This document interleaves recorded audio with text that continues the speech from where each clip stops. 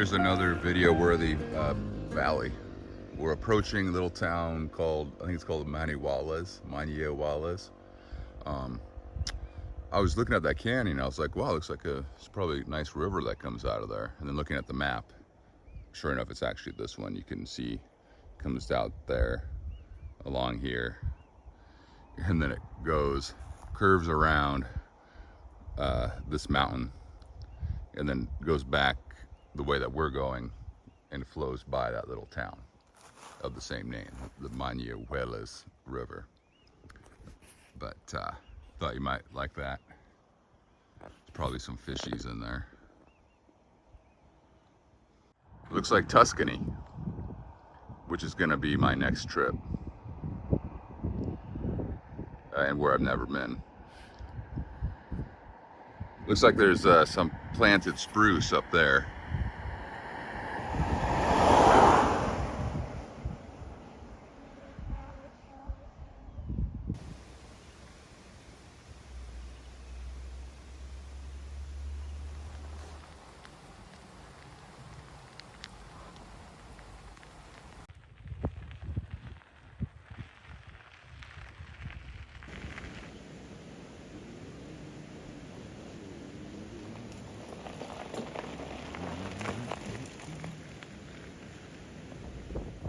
Well, we're almost to the top of this big climb here.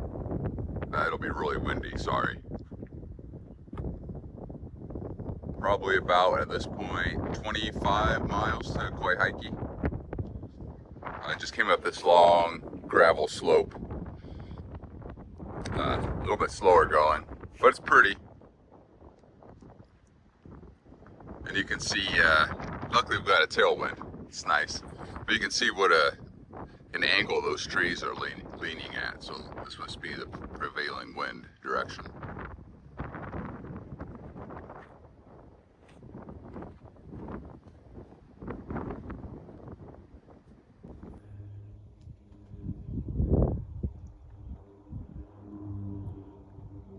A few hours later, I reached the halfway point of the Carretera Austral by cycling into Coihaique, a city of about 62,000 people. I spent a couple days there, resting and eating food and getting my bike worked on, before pushing on south. About 10 miles outside of town, I availed myself of the services of this empanada trailer and let this gentleman bake me 2 of the empanadas that his wife had prepared. They were quite good.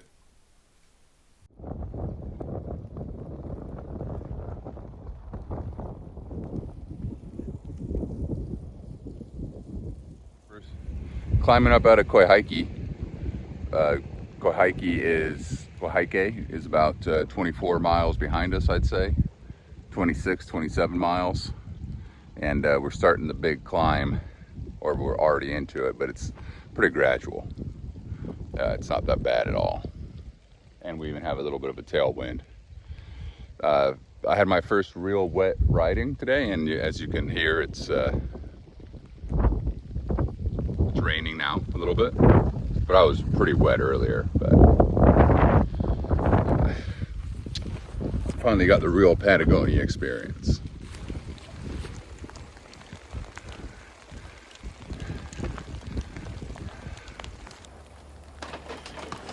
Well, here we are in one of these shelters that is Laguna Magay, I think it's called. Magay. It's a Konaf campground, free, and it was a real lifesaver because after that last little video I shot, I climbed up, and when I hit the pass, the high point, right before then, it started raining heavily, and then my tailwind, as I came over the pass, my tailwind turned into a headwind, and I was getting pretty chilly and really soaked. So luckily this campground exists with these shelters. And I've been here about an hour and a half.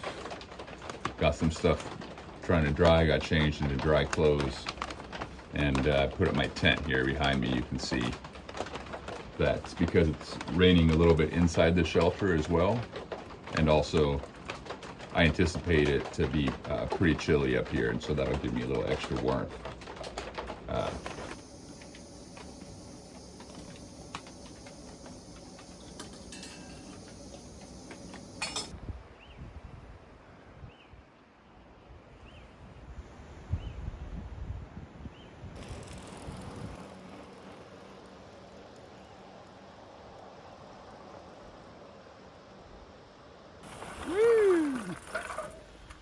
Well, folks, survived the night there in our refugio there at that campground.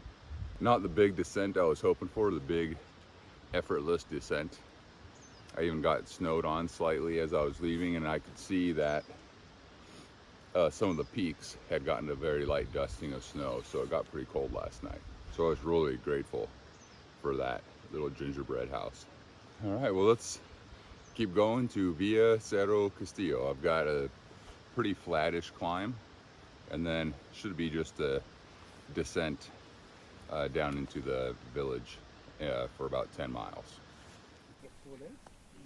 Well, I did get my descent, including those long sweeping switchbacks you see there in the background. And I met this guy who was moving from Punta Arenas in far southern Chile to Brazil with his dogs in tow there in that trailer you see behind him. He said they had to, at pretty much every hill, they had to walk.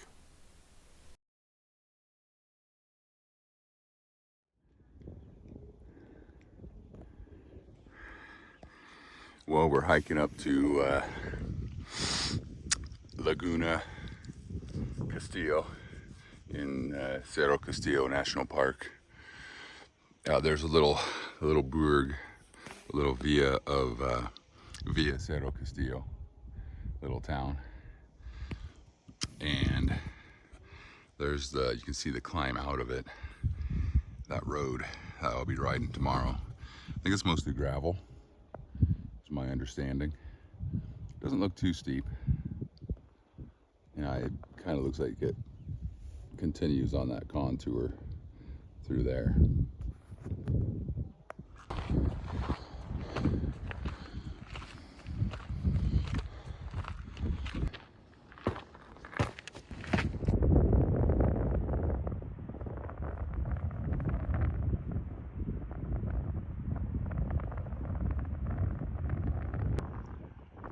We made it. There's a hiker down there probably doing the loop. There's also a 4-day loop you can do, but I didn't want to bite that much off.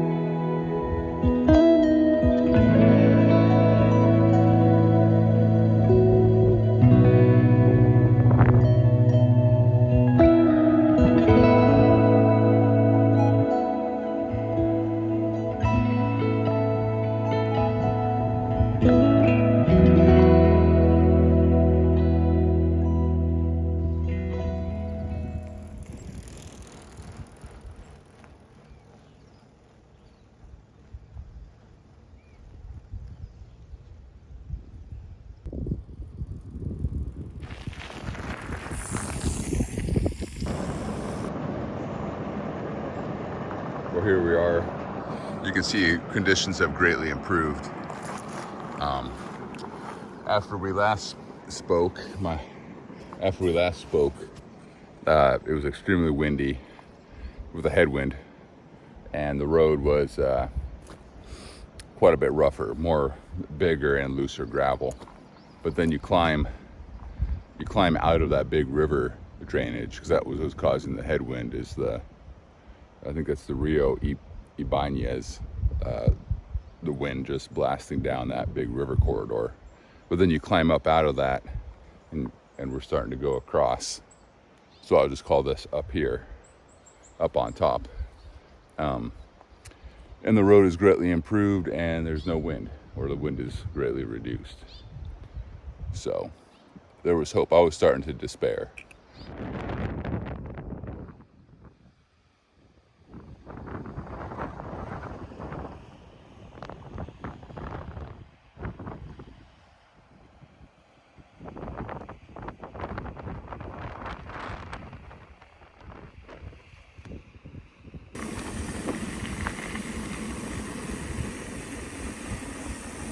Where we are at Doña Dora, camping Doña Dora, one of many kind of private campgrounds along the way.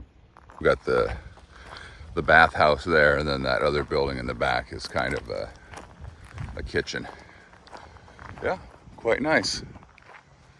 I'll set up my tent. Today was a 50-mile day there from via Cerro Castillo, and yeah, just a quick overview. Leaving town was kind of steep, but it was pavement, concrete, and there was a bit of climbing out of there, kind of gradual, not super steep. That went on for a while, and then you hit the end of the pavement, turned to gravel, and dropped down into that Rio Ibanez Valley, where you encountered a very stiff headwind for quite a few miles, and then you were on this kind of bigger gravel. So it was very slow going, and I was really despairing until you kind of turned up the side drainage and got up kind of on top, got out of the wind, and then very nice gravel. Almost as, in some places it was almost as good as asphalt, just like hard pack. So yeah, I'm happy. 50 miles. Tomorrow will be a 40-kilometer day, about 24 miles, if my math is correct, and it usually is, to Rio Tranquilo, where I will do that marble cave tour. I'm gonna find a place to set up my tent. Doña Dora admonished me not to set it up underneath the trees because the bugs will descend on you. So she said to put it out in the open. Okay, well, we'll get going on that.